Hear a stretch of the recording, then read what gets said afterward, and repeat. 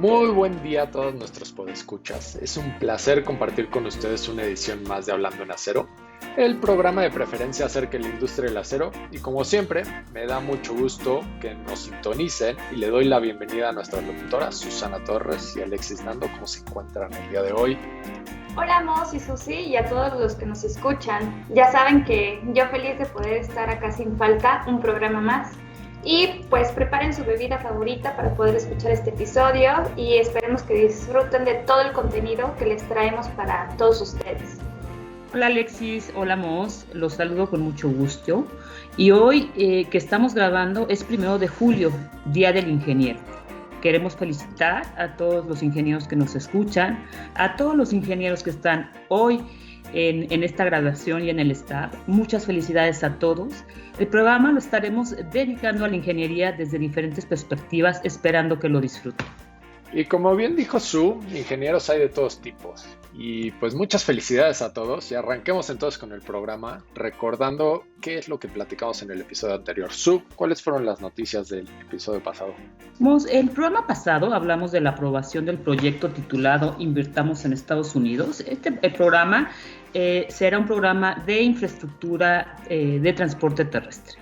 En México, también hablamos de México, y en México la actividad industrial, la producción fue mayor a la de abril, con sectores que ganan son minería, la construcción y las manufacturas. Por otro lado, el gobierno de la Ciudad de México aprobó la construcción de 17 edificios en la avenida Paseo de la Reforma, los cuales van a poder iniciar de manera inmediata a finales de julio. Para nuestra sección de ¿Sabías qué? Platicamos sobre el primer mueble tubular en acero inoxidable, la silla Vasili, o también nombrada como modelo B3. Y en la entrevista platicamos con Emeterio Carlón, supervisor de herrería en Mexa Design, en donde hablamos acerca de la producción y fabricación de muebles con materiales como el acero y el hierro. Y no sé tú, Alexis, pero yo me quedé con ganitas de comprarme uno de esos muebles. Pero bueno, como ya saben, encuentran este programa del que les acabamos de platicar en nuestras redes sociales de Getao Corsa. Lo pueden encontrar en Instagram, Facebook, LinkedIn y YouTube. Y además en Spotify lo pueden encontrar como Hablando en Acero. Y muy bien, ahora vamos a comenzar con nuestra sección de noticias. ¿Qué nos traes el día de hoy, Susi? Gracias, Mos. Traemos hoy las cifras de mayo de la producción mundial de acero que tiene World Steel, que fueron 174.4 millones de toneladas. Esto nos dio un aumento del 16.5% en comparación con mayo del 2020. Y si hablamos por región, vemos que África produce 1.3 millones de toneladas en mayo, un 65.1% más que en mayo del 2020. Asia y Oceanía produjeron 128.4 millones de toneladas, un 17.7% más, y la Unión Europea produce 13.5 millones de toneladas, un 32% más que mayo del 2020. ¿Y la región de América del Norte cuánto produjo? Que es justo la región en donde nos encontramos nosotros. Fíjate, Mos, que la región de América del Norte produce 10.1 millones de toneladas, un 47.7% más. Esta es una noticia muy buena. Como vemos, los números de esta región están por arriba de otras regiones. Y América del Sur produjo 3.9 millones de toneladas, un 49.7% más. Y sobre México, vamos a hablar del puerto de Altamira, que registra un aumento en el movimiento portuario. A pesar de la propagación de la pandemia del COVID-19, este puerto y las diferentes terminales marítimas continúan registrando un alza a la exportación e importación de carga general en todo este año. Para el mes de mayo se tuvo un movimiento de 1.8 millones de toneladas, por lo que estos primeros 5 meses empiezan a presentar un incremento acumulado de 8.8 millones de mercancía diversa. Y comparado con el 2020, ¿cómo se ven los números? Fíjate, Alexis, que si comparamos contra el 2020, se ve un crecimiento del 16%. El informe mensual de la Administración Portuaria Integral, la API, de Altamira, indica que una de las cargas con mayor crecimiento que ha registrado es la carga general suelta, con más de 1.5 millones de toneladas, que resultan un 44% de crecimiento. Este incremento ha sido resultado del alza en la demanda de productos de acero como rollos, placas y lámina. además del crecimiento en la operación de autos terminados, que cerró con un movimiento acumulado de más de 145,000 unidades, un 50% más que el año anterior. Y respecto a la carga contenerizada, se registraron 3.3 millones de toneladas movilizadas, y con ello el puerto creció 16% en el movimiento de toneladas de esta línea de negocio. Como vemos, se están moviendo mucho las importaciones y las exportaciones en los puertos. Y si hablamos de proyectos, vamos a hablar de un proyecto. En días pasados, el gobierno de México y California firmó un acuerdo para impulsar los proyectos de infraestructura transfronteriza que permitirán ampliar la capacidad comercial en esta área. Derivado de este acuerdo, uno de los proyectos más significativos que estarán impulsando de manera binacional para la frontera es Otay 2 y Otay Mesa, el cual busca fungir como un nuevo cruce fronterizo terrestre multimodal que mejora la seguridad y la movilidad. Va a impulsar la economía de ambas entidades y va a fomentar el uso de soluciones tecnológicas innovadoras. Consistirá en que se realice la construcción de un nuevo cruce fronterizo de vocación mixta en la región Tijuana-San Diego. Aproximadamente tendrá 3.2 kilómetros al este del puerto fronterizo existente que se llama Mesa Otay y Mesa Otay 1. Su, y la pregunta del millón, ¿para cuándo? Se estima que el nuevo cruce esté listo para finales del 2024 y con ello se permita un tránsito más ágil y eficiente. Estos son los datos. Yo creo que estos proyectos de movilidad son de suma importancia para poder mejorar no solo el transporte, sino que también el comercio de ambos países. Y bueno, muchas gracias, Susi, por toda la investigación que nos trajiste. Cerramos la sección de noticias y como cada mes nos acompaña por acá Oscar Sánchez. Oscar, bienvenido de nuevo. El micrófono es tuyo para que nos cuentes sobre innovación digital. Hola, muy buenos días a todos. Un placer nuevamente estar con ustedes, estimados compañeros de micrófono, y saludar a todos los podescuchas de Hablando en Acero. Hoy les platicaré sobre lo que tienen en común los videojuegos con las industrias del futuro. Y antes de que crean que me equivoqué de podcast, les platico. No sé ustedes, compañeros, pero en mi caso tuve la fortuna de crecer con la revolución de las consolas de videojuegos.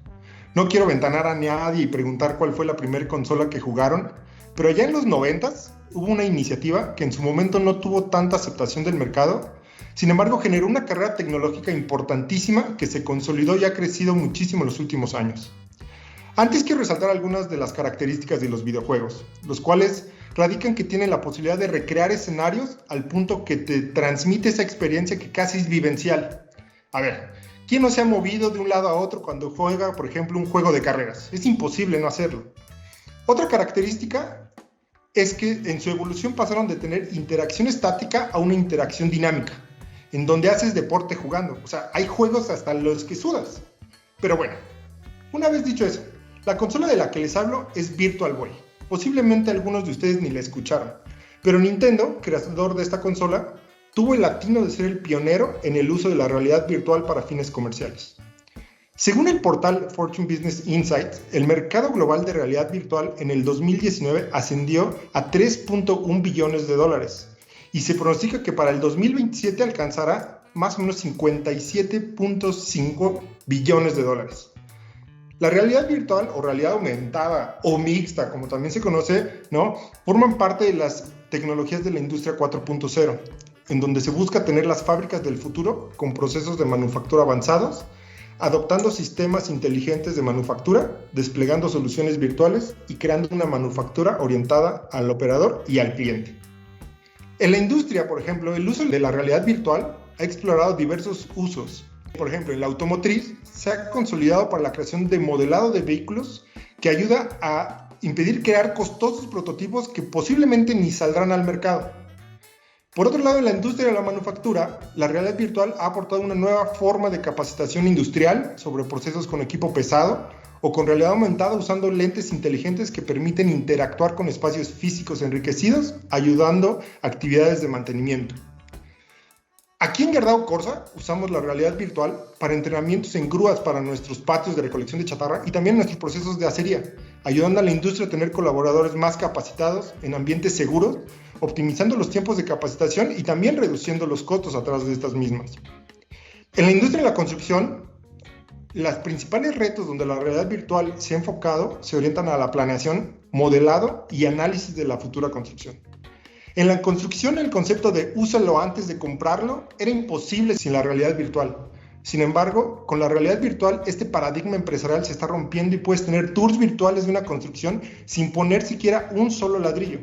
Y con esto la experiencia inmersiva para el posible futuro dueño de esa construcción es completamente distinta. Afortunadamente, el ecosistema en México de startups orientadas a la realidad virtual está creciendo y firmas como Inmersys, AR Evolution, ambos basados en la Ciudad de México, o Fiverr, basados en San Luis Potosí, entre muchos otros, están abriendo camino en este mercado ayudando a las empresas mexicanas a implementar este tipo de tecnologías. Oscar, y basados en la experiencia de implementación de esta tecnología en Gerdau Corsa, ¿qué recomendaciones podrías compartir con la audiencia? Mira, esa es una pregunta muy buena, ¿no? Y mira, solo por mencionar algunos. Yo ahí, ¿no? Recomendaría siempre empezar definiendo cuál es el reto de negocio, ¿no? Esto facilitará orientar el caso de uso, mejorando el retorno de la inversión y teniendo una pronta adopción.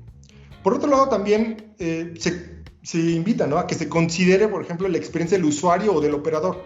La tecnología de la realidad aumentada, como comentamos, aporta este dinamismo recreando escenarios, por lo que ya sea por seguridad, experiencia de los clientes, desarrollo organizacional, aprendizaje, atracción de talento, por ejemplo, para los millennials, posicionamiento de marca, etc., la realidad virtual te conecta con este escenario para que mejore tus decisiones. Una de las consideraciones, ¿no?, ahí importantes es también, por ejemplo, la obsolescencia de los equipos. Esta tecnología está avanzando año con año, por lo que el proyecto de VR, ¿no?, o realidad virtual debe tener en el radar el soporte, mantenimiento y actualización. Y bueno, ya por último, ¿no?, también compartir que no todos los proyectos de realidad virtual requieren una gran infraestructura. Hay muchos otros que en algunos casos, con solo unos lentes de realidad virtual y un teléfono inteligente, puede ser suficiente. Y bueno, con esto realmente, como platicamos, como cierre, en la industria no tenemos vidas adicionales como en los videojuegos, ¿no? Y el uso de la realidad virtual aumentada nos permite recrear escenarios críticos que requieran un mayor tiempo de entretenimiento y controles de seguridad para garantizar competencias suficientes, por lo que esta tecnología apoya la agilidad, seguridad, versatilidad y dinamismo por las fábricas del futuro. En la construcción, la realidad virtual o aumentada ayuda a tener esta experiencia inmersiva a los clientes, generando esta atracción y contacto con la futura construcción.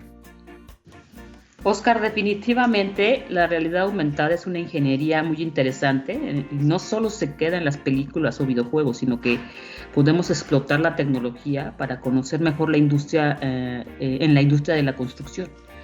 Muchas gracias, Oscar, por tu aportación y te esperamos el siguiente mes. Gracias a ustedes y nos estamos escuchando. Saludos. Pasamos entonces a una de las secciones favoritas de todos, los datos curiosos. Mos, adelante con la sección. Muchas gracias. Yo creo que esto de sección favorita va a cambiar a la de Oscar porque está súper interesante. A mi sobrinito les pongo los lentes de realidad virtual y se vuelven locos. Quiero ver perritos, quiero ver una nave espacial, es increíble. Pero bueno, y por acá, en la cápsula de datos curiosos hemos hablado de muchas cosas del acero que han dejado una huella en la historia y pues hoy no va a ser la excepción para hablar uno de los proyectos más interesantes de la ingeniería y también un proyecto que ha logrado un récord Guinness. Alex y Susi, ¿saben cuál es el edificio más alto del mundo? Pues creo que el edificio más alto está en Taiwán y es Taipei 101. ¿Es esto correcto o no? No, yo creo que Mos está hablando del Burj Khalifa, ¿verdad? Correctísimo, Alexis, sí. El Burj Khalifa es el más alto que se encuentra en Dubái. Y la verdad es que no estuviste tan lejos con tu respuesta, pero déjenme contarles un poquito más. En los últimos 20 años, la ingeniería estructural ha progresado tan rápidamente que los elevados rascacielos se han convertido en una característica normal en muchas de las ciudades más grandes y ricas del mundo. En marzo del 96, las Torres Petronas en Kuala Lumpur, en Malasia, sobrepasaron a la Torre Sears con 88 pisos y una altura de 451 metros. Más tarde, en el año 2003, el edificio de Taiwán Taipei 101 tomó el título con una altura de 508 metros. Justo este es el edificio que mencionaba Susi. Pero solo un año después empezaron con la construcción del edificio del Burj Khalifa en Dubái y el 1 de octubre del 2009 logró el récord por ser el edificio más alto del mundo. Este edificio fue construido como parte de un nuevo complejo de 2 kilómetros cuadrados que se llama Downtown Dubai, en el distrito de negocio. La propiedad fue desarrollada por Emaar Properties y la firma de ingeniería y arquitectura Skidmore, Owings y Merrill LLP, o como se le conoce mundialmente, SO1, alcanzando una impresionante altura de 828 metros. Este nuevo rascacielos sería descrito como una ciudad vertical para convertirse en un ícono del mundo moderno de la ingeniería de gran altura. Alrededor del mundo, las personas se estaban preguntando si era posible construir una torre tan alta, y esto fue cuando el edificio solo iba a ser de 518 metros, 10 metros nada más alto que la de Taipei, y durante el proceso de diseño, esta altura creció 310 metros, aproximadamente, para que se den una idea, es la misma altura de la Torre Eiffel en Francia. El estudio de ingeniería y arquitectura, SOM, incorporó patrones y elementos característicos de la arquitectura tradicional islámica. Su auténtica masa fue una flor de desierto muy popular en la región. Voy a intentar decir el nombre en latín y seguro algún biólogo que escuche esto me va a regañar. La Hymenocallis, cuya armoniosa estructura empleó como principio organizativo en el diseño de la torre. Este se fundamenta en principalmente 3 pétalos dispuestos en forma triangular y unidos por la parte central, que en lugar de seguir patrones idénticos, descienden en altura y rotan sus plantas sucesivamente. Durante el proceso de diseño, los ingenieros optaron por girar el edificio 120 grados en relación con su posición original, con objeto de reducir la resistencia a los vientos preponderantes. Cuanto más alto es el edificio, pues mayores son los efectos del clima. Pero el Burj Khalifa, de estilo neofuturista, se diseñó con una sección transversal en forma de una letra, y para reducir el efecto del viento, el sistema de la torre utiliza núcleos de hormigón armado de alta resistencia. Y aquí lo interesante, a partir del piso 156, la estructura es exclusivamente de acero, contando con 39,000 toneladas métricas de armazones de acero, 103,000 metros cuadrados de vidrio, 15,000 metros cuadrados de acero inoxidable gofrado. El acero obviamente es un elemento clave en esta sección, ya que fue planteado con el fin de evitar que la fina arena del desierto de Dubái pueda acumularse en las superficies horizontales. Y otro dato curioso de este edificio es que si se colocara en línea recta todo el acero reforzado que contiene la torre, se alcanzaría una distancia equivalente a más de la cuarta parte de la circunferencia del planeta. ¿Qué les parece esto? Es una locura, ¿no? Bueno, es enorme. Ya que nos pones las cifras así, es bastante alto, ¿no? Y si puedes dimensionar que es la cuarta parte de la circunferencia del planeta, pues, bueno, ya nos imaginamos, ¿no? Que es bastante largo. Incluso, pues, yo he visto fotos en redes de fotos tomadas de los pisos más altos, en donde incluso no puedes ver la ciudad por todas las nubes y, bueno, la altura hasta donde llega. Es de verdad impresionante, ya está, me dio vértigo de pensar de estar ahí. Pues definitivamente creo que no hay duda que construir edificios tan altos, el acero es el mejor aliado para la efectividad en la ingeniería. Pareciera y suena que es fácil, pero me imagino que en realidad no lo fue. ¿Cómo cuánto tiempo tardaron en construir el edificio? ¿Tendrás ese dato, Mos? Pues en mi opinión personal fue bastante rápido. La construcción comenzó el 21 de septiembre del 2004 y finalizaron del exterior el 1 de octubre del 2009, tan solo 5 años para realizarlo. Pues bastante rápido para ser, creo yo, el edificio más alto. Y como dice Su, todo gracias a la efectividad de la ingeniería. Y bueno, ya que Mos les contó este dato curioso, ahora vamos a pasar a nuestra sección de entrevista con nuestro invitado, que también es especialista en una rama muy interesante de la ingeniería civil. Susi, ¿quién nos acompaña el día de hoy? Hoy nos acompaña el ingeniero Daniel Santos. Daniel es ingeniero civil y maestro en ingeniería civil por el Instituto Politécnico Nacional. Tiene publicado un artículo de investigación en la Sociedad Mexicana de Ingeniería Geotécnica. Además, ha tenido la oportunidad de impartir cursos y ponencias. En el sector privado, ha trabajado como especialista ejecutando campañas de exploración y muestreo, pruebas de carga para cimentaciones superficiales y profundas, entre otras, y ha complementado ese conocimiento mediante la ejecución de pruebas de laboratorio en suelo y rocas. Ha participado en gran variedad de proyectos, algunos de ellos ha sido el de diseño geotécnico de cimentaciones superficiales y profundas, estabilización de taludes en suelo y roca, así como diseño de excavaciones y estructuras de contención. Ha participado en la construcción de cimentaciones y de anclajes, así como la ejecución de técnicas para el mejoramiento de suelo. Daniel, bienvenido a Hablando en Acero. Nos da mucho gusto tenerte este día en el programa. ¿Cómo estás? Hola, ¿qué tal? Un saludo a todos. Estoy muy bien, muchas gracias por la invitación. Les agradezco mucho que me permitieran el espacio aquí para poder compartir un poco, hablar un poquito de este tema de geotecnia, ¿no? Hola Daniel, me da muchísimo gusto que estés con nosotros y como ya escucharon y lo mencionamos al principio del episodio, hoy 1 de julio celebramos en México el Día del Ingeniero y estamos muy contentos de tenerte con nosotros. Y mi primera pregunta me gustaría enfocarla a este tema. ¿Qué es la ingeniería para ti y cómo crees que impacta el presente y el futuro de nuestra sociedad?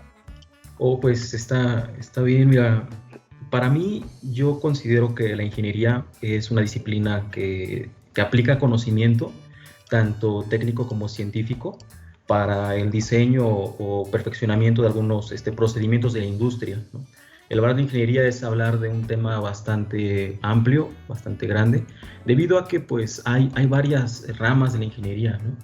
Y pues con base a eso yo te puedo comentar que impacta de una manera significativa en la sociedad, porque por ejemplo en la actualidad nosotros para poder tener una vida más cómoda, más práctica, pues hacemos uso de algunos artículos que llevaron un proceso de ingeniería para poder ser fabricados, o algunos procesos, por ejemplo, en la ingeniería civil, pues se cuentan con procesos o procedimientos constructivos para poder ejecutar de una manera factible cualquier tipo de obra, ¿no? Cualquier proyecto.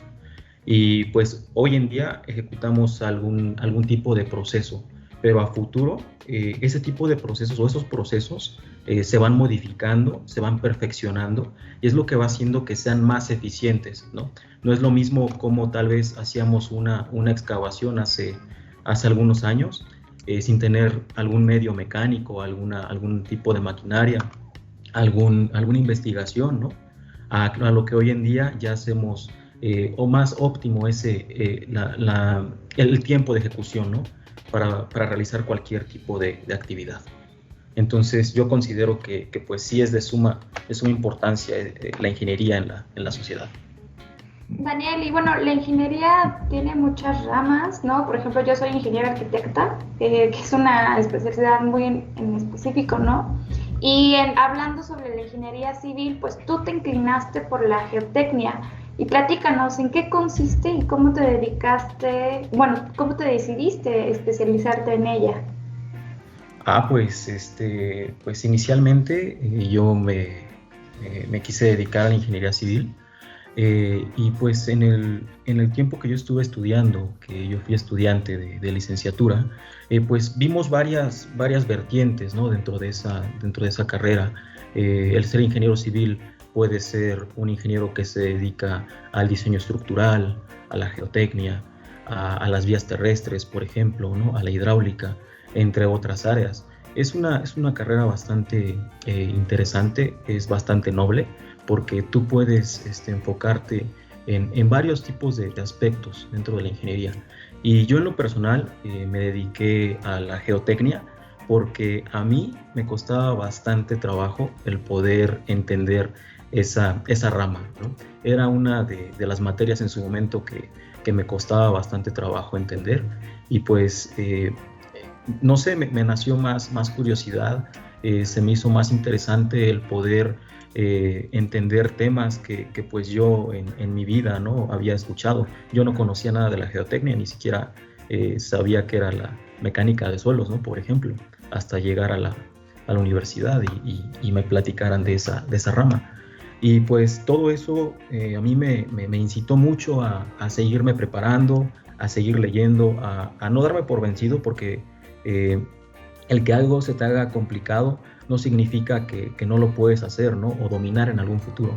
Al contrario, yo creo que ese tipo de situaciones pues es la que tienes que atender a la brevedad o dedicarle un poquito más de tiempo y te vas a dar cuenta que al final tú puedes dominar o entender de mejor manera ese tema que se te complicó.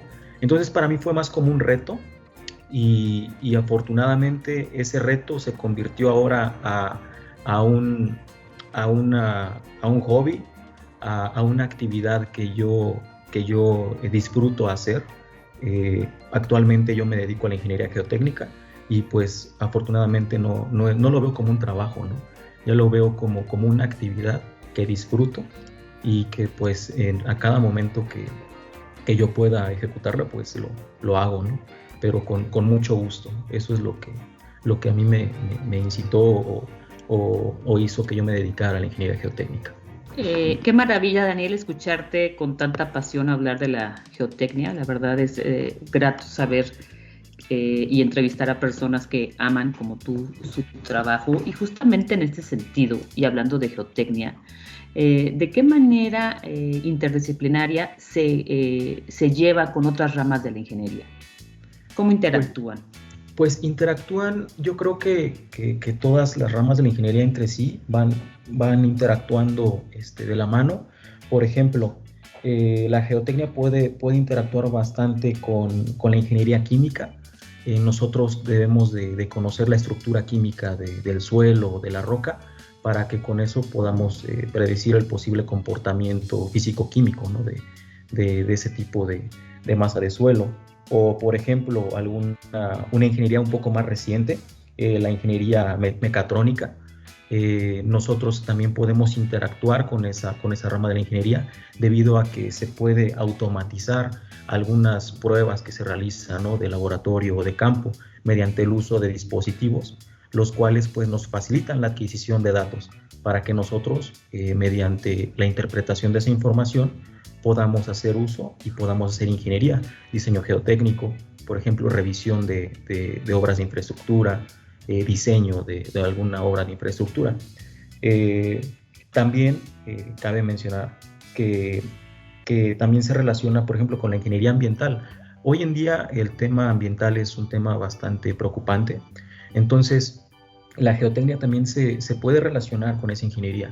El conocer cómo se encuentra contaminado la masa de suelo, cómo se puede comportar mecánicamente o dinámicamente la masa de suelo en un suelo contaminado, ¿no? Porque llega a suceder pues, que por algún accidente o algún evento el suelo no solo tenga agua, puede llegar a tener algún hidrocarburo, petróleo, algún lixiviado, o sea, puede haber varias situaciones dentro de la ingeniería. Entonces, esos son algunos de los ejemplos que yo les puedo comentar, pero en realidad yo creo que todas las áreas de la ingeniería se relacionan entre sí y para obtener un beneficio, ¿no? Para poder trascender en conocimiento y para poder ir mejorando en todos los procesos que nosotros ejecutamos. Daniel, qué interesante. Me queda claro que sí, la geotecnia es todo un mundo, ¿no? Que muchas veces la mayoría de las personas ni sabe que existe, pero de no existir no tendríamos muchas de las cosas que tenemos hoy en día, ¿no? Del edificio que estábamos hablando hace rato, pues seguro que el trabajo de geotecnia que se tuvo que realizar para que eso sucediera debe haber sido gigantesco. Pero bueno, me gustaría preguntarte más en particular, sabemos que tú hiciste una maestría y me gustaría preguntarte cuál fue el tema de esa tesis de maestría y qué fue lo que te motivó a escogerlo. De acuerdo, pues el tema de mi tesis de investigación de la maestría es el análisis del comportamiento de un pilote de acero, IR, en zona de transición. A mí me inquietó mucho ese tema porque en la geotecnia el comportamiento de una cimentación profunda aún no es tan claro. Existen varias inquietudes respecto a los métodos de cálculo, como utilizamos teorías, entonces esas teorías pueden diferir respecto a otras, ¿no? Y cada autor que propone su posible comportamiento que puede presentar una cimentación profunda, pues difiere uno respecto a otro, y son magnitudes bastante grandes, ¿no? Desde poderle decir algún término que es bastante conocido en el medio o en la ingeniería civil que se llama capacidad de carga, desde poder dar una capacidad de carga tal vez de 10 toneladas de 10 toneladas de un pilote de concreto armado, puede variar hasta 1000 toneladas, ¿no? Así tan grande puede ser la diferencia. Entonces, afortunadamente, con el apoyo de Gerdau Corsa, planteamos esa problemática o esa inquietud, y también hay bastante inquietud sobre el uso de acero en cimentaciones profundas, y todos, bueno, la mayoría de las personas o de los ingenieros civiles le tenemos miedo a la corrosión, ¿no? En un elemento de acero, y es por eso que tal vez el uso de esos elementos como cimentación profunda llegó a un cierto tema de controversia, a lo que hoy en día, pues, hablando específicamente del tema de la corrosión, pues no se tiene ningún problema, ¿no? El tema aquí es conocer más cómo es el comportamiento de una sección irregular, que es un IR, siendo utilizado como una cimentación profunda. Entonces, lo que nos dimos a la tarea fue de medir ese comportamiento mediante la ejecución de pruebas de carga, mediante el análisis por métodos analíticos y numéricos de este tipo de cimentación, y verificar qué es lo que está pasando, ¿no? Y pues eso fue un trabajo bastante complejo, fue un trabajo que llevó bastante tiempo. O sea, me llevó aproximadamente 2 años el ejecutar ese trabajo, y cabe mencionar, o creo que es muy importante que yo lo mencione, y no es un trabajo que yo lo hice solo, ¿no? Es un trabajo que se aportó hubo aportaciones por varios ingenieros, tanto económica como científica, y pues creo que lo que más me da gusto de ese trabajo es de que el conjunto de ingenieros que trabajamos lo hicimos con mucha pasión, lo hicimos con bastante responsabilidad, y pues el podernos organizar todos para llegar a un fin y para obtener un resultado que tratamos de que sea confiable, de que tratamos de que sea lo más cercano al comportamiento real que puede presentar, pues es bastante grato el poder decir hoy en día que pues lo logramos, ¿no? Me gusta más decirlo lo logramos y no lo logré, porque, repito, es una contribución de varias personas, ¿no? Daniel, y así pasa en todas las investigaciones, ¿no? No nada más lo hace una persona, sino entre varios. Y quisiéramos que nos cuentes un poco más, ¿no? De estos retos que ya mencionaste, algunos que tuviste que librar para poder lograr esta investigación. ¿Hay algo más en el que te encontraste en el camino de la investigación que digas, esto fue un poco complicado, ¿no? Cuéntanos un poquito más. Pues hasta cierto punto yo creo que no fue complicado, fue algo bastante, pues yo lo voy a decir así, fue bastante padre, porque como en la mayoría de los proyectos en la práctica profesional, pues existe la limitante por el tema económico, ¿no? Entonces lo que tenemos que hacer nosotros como ingenieros es ahora sí que poder solucionar con lo que se tiene a la mano, ¿no? Por ejemplo, la construcción del sistema de reacción para poder ejecutar la prueba de carga. Eso fue bastante padre, porque lo que hicimos fue el poder idealizar un procedimiento constructivo en el cual se pudiera optimizar en costos, ¿no? Y si en algún momento alguna persona que esté interesado, pues desde la forma en cómo se hincaron los pilotes fue con un martillo, el cual es artesanal, ¿no? No es un martillo de línea, pero eso no significa que no tenga eficiencia con su trabajo o que no pueda ejecutar ese trabajo. La forma en cómo se comenzaron a izar las vigas o las viguetas para hincarlas, el cómo soldar la viga de reacción, todas esas situaciones de procedimiento constructivo que estuvo muy padre, porque teníamos que ingeniárnoslo, ¿no? O sea, aplicar lo que somos ingenieros para ingeniar cómo poder solucionar esos problemas. Eso es hablando específicamente del procedimiento constructivo. A su vez, en lo que fue la etapa de la campaña de exploración y muestreo, pues también es estar ahí verificando que se ejecutaran los procedimientos con base a normativa, el recuperar de una forma correcta las muestras que son alteradas e inalteradas, ¿no? El llevarlos al laboratorio, el hacer las pruebas de laboratorio de una forma más apegada, normativa, para que los resultados no tuvieran tanta incertidumbre, ¿no? Ya que con esos resultados pues hacemos la ingeniería, diseñamos, tanto por métodos analíticos como numéricos. Y pues fue bastante trabajo, o sea, honestamente creo que sí fue bastante trabajo. Y lo que me agradó bastante pues es de que cada quien aportaba, ¿no? Había ingenieros que tenían más experiencia en el procedimiento constructivo y aportaban de su conocimiento, de un poco de lo que habían vivido para poder solucionar, ¿no? Ingenieros con bastante experiencia en modelado numérico, ingenieros con bastante experiencia, ¿no? en el diseño analítico.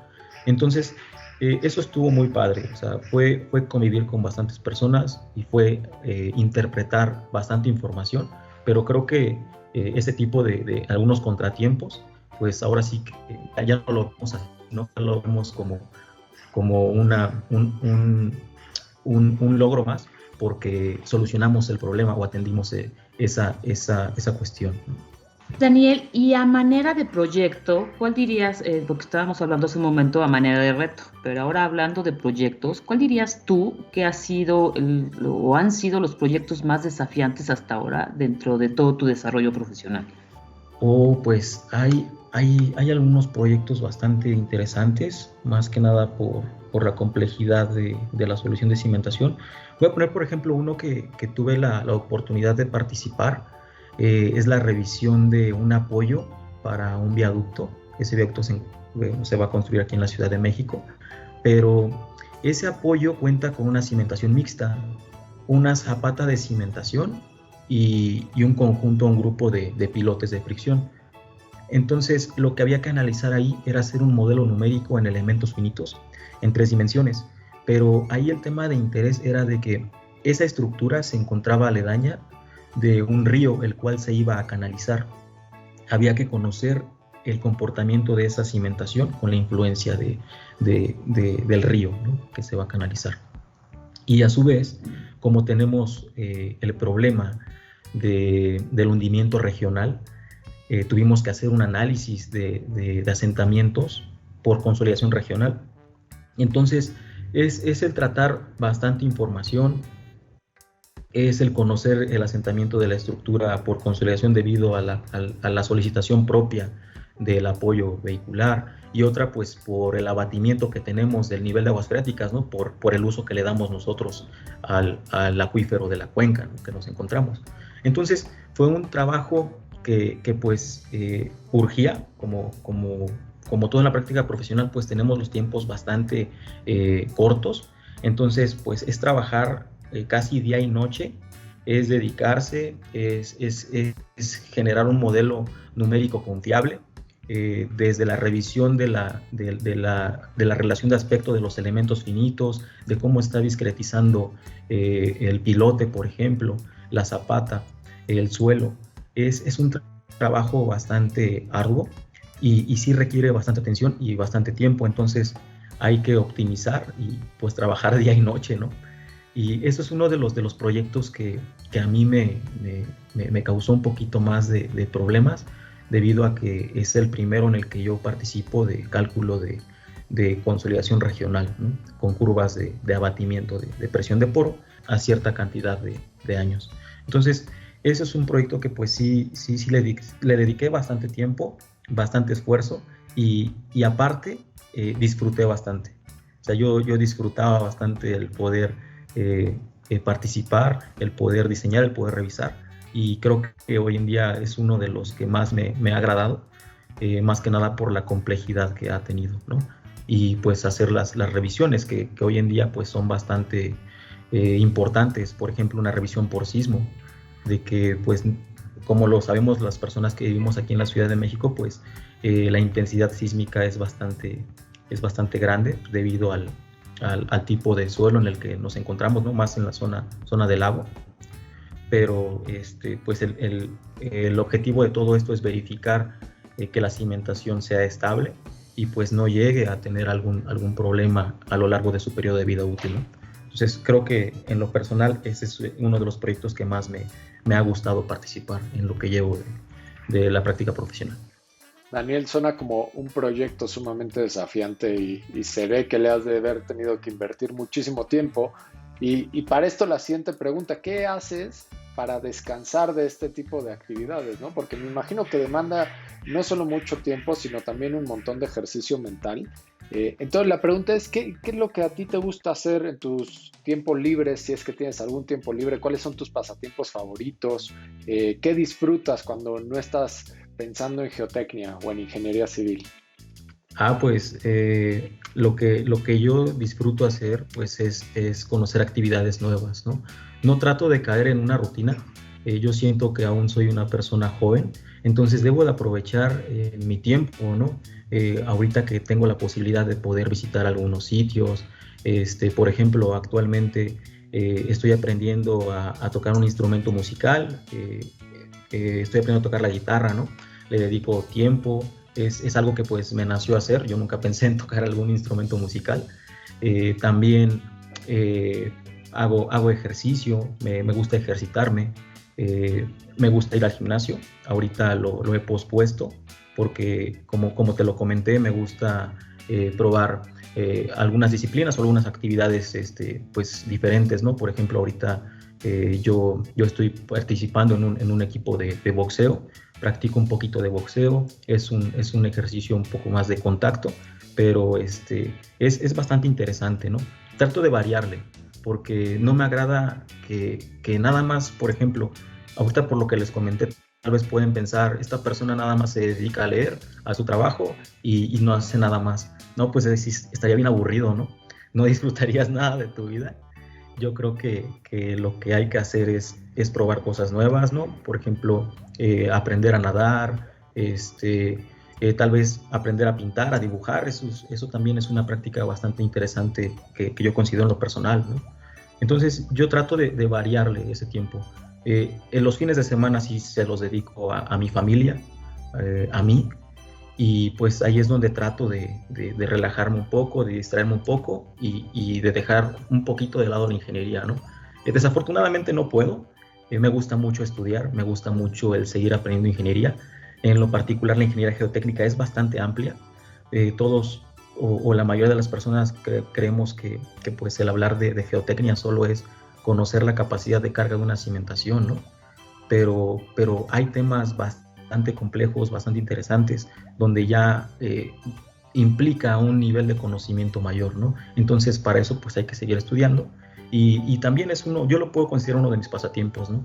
El seguir leyendo, el seguir preparándome, más que nada porque yo creo que lo correcto como ingeniero civil, y esto es en la práctica profesional, es el asegurar que la estructura es eficiente, es económica, es estable.